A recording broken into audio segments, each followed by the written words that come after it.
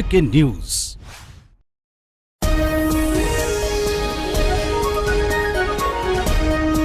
السلام علیکم، JK news میں خوش آمدید۔ خبرنامے کے ساتھ میں ہوں محمد رفیق مغل۔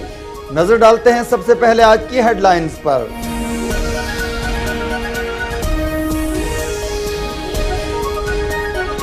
وزیر اعظم آزاد کشمیر چودھری عبدالمجید نے کہا ہے کہ بھارت غاصبانہ ہتھ کنڈوں سے کشمیریوں کو استصواب رائے کے حق سے محروم نہیں رکھ سکتا۔ مسئلہ کشمیر کے حل کے لیے رائے شماری، اقوام متحدہ ایڈمنسٹریٹر تعینات کرے، بھارت اور پاکستان کشمیر سے اپنی فوجیں واپس بلائیں، جموں و کشمیر کو بھی سلامتی کونسل میں فلسطین کی طرح مبصر کا درجہ دیا جائے۔ عبدالمجید ملک، کرشن دیو سیٹھی اور وید بسین کی پریس کانفرنس۔ آزاد کشمیر کے سابق وزیر اعظم بیرسٹر سلطان محمود چودھری نے کہا ہے کہ میرے دورہ یورپ سے مسئلہ کشمیر کو بہتر انداز میں سمجھا جانے لگا ہے۔ مسئلہ کشمیر کے حل کے لیے کوششیں تیز ہو گئی ہیں۔ جنوبی ایشیا میں امن اور افغانستان کے مسئلے کے حل کا راستہ کشمیر سے ہی ہو کر گزرتا ہے۔ میرپور میں پریس کانفرنس سے خطاب۔ پاکستان میں 64 سالوں سے جاگیرداروں اور کرپٹ سیاستدانوں نے عوام کو یرغمال بنا رکھا ہے۔ تحریک انصاف کا سونامی لاڑکانہ اور رائے ونڈ کو اب ملک میں منافقت اور لوٹ مار کی سیاست کی اجازت نہیں دے گا۔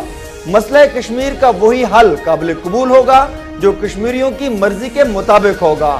میرپور میں تحریک انصاف کے جلسہ سے خورشید محمود قصوری، ابرار الحق و دیگر کا خطاب۔ بھارتی مقبوضہ کشمیر سے تعلق رکھنے والے معروف ترقی پسند دانشور رہنما کرشن دیو سیٹھی نے کہا ہے کہ خود مختار اور سوشلسٹ کشمیر ہی کشمیریوں کے مسئلے کا واحد اور بنیادی حل ہے۔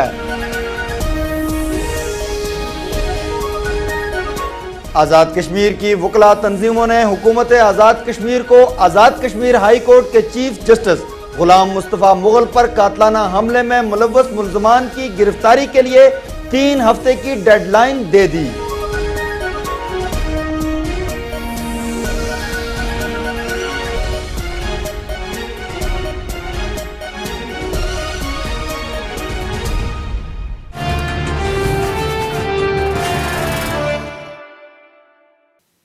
آزاد کشمیر کے وزیر اعظم چودھری عبدالمجید نے کہا ہے کہ بھارت غاصبانہ ہتھ کنڈوں سے کشمیریوں کو آزادانہ استصواب رائے کے حق سے زیادہ عرصے تک محروم نہیں رکھ سکتا۔ 6 لاکھ سے زائد کشمیریوں نے بھارت کے غاصبانہ تسلط سے آزادی کے لیے خون کا نذرانہ دیا۔ کشمیری شہداء کا مقدس لہو رائے گاں نہیں جا سکتا۔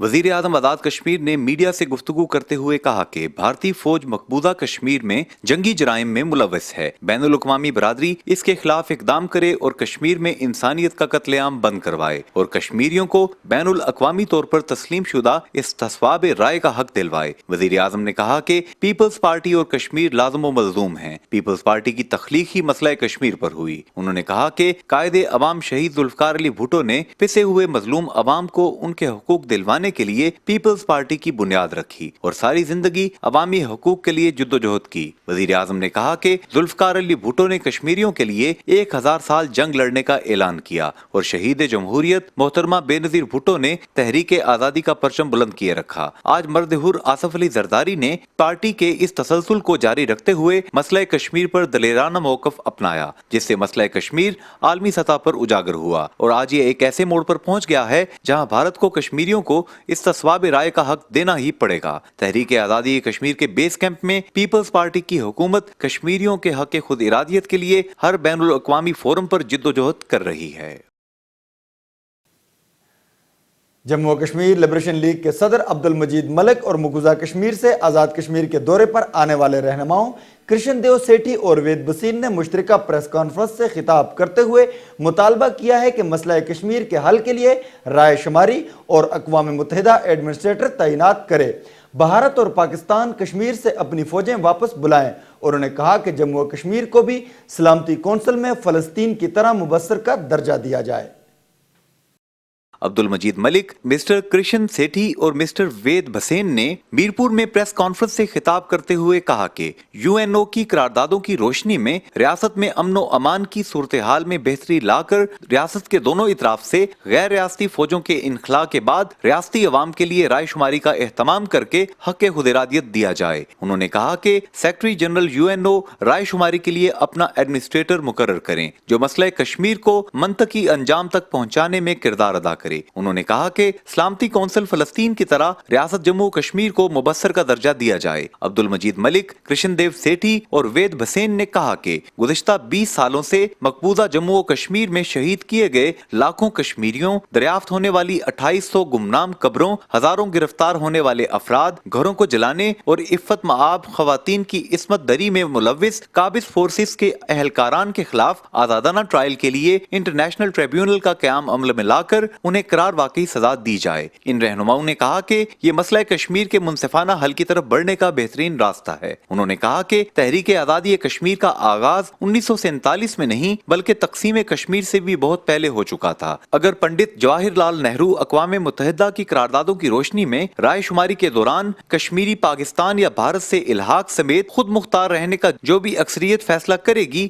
ہمیں منظور ہوگا۔ انہوں نے کہا کہ بین الاقوامی سطح پر یہ تاثر قائم ہو چکا ہے کہ مسئلہ کشمیر کے حل میں دونوں ممالک بڑی رکاوٹ ہیں، اس لیے ریاست کے تمام رینجز پر مشتمل میرپور میں ماہ اکتوبر میں ایک انٹرا کشمیر کانفرنس کا انعقاد کریں گے۔ آزاد کشمیر کے سابق وزیر اعظم بیرسٹر سلطان محمود چودھری نے کہا ہے کہ میرے دورہ یورپ سے مسئلہ کشمیر کو بہتر انداز میں سمجھا جانے لگا ہے۔ مسئلہ کشمیر کے حل کے لیے کوششیں تیز ہو گئی ہیں۔ جنوبی ایشیا میں امن اور افغانستان کے مسئلے کے حل کا راستہ کشمیر سے ہی ہو کر گزرتا ہے۔ میرپور میں پریس کانفرنس سے خطاب۔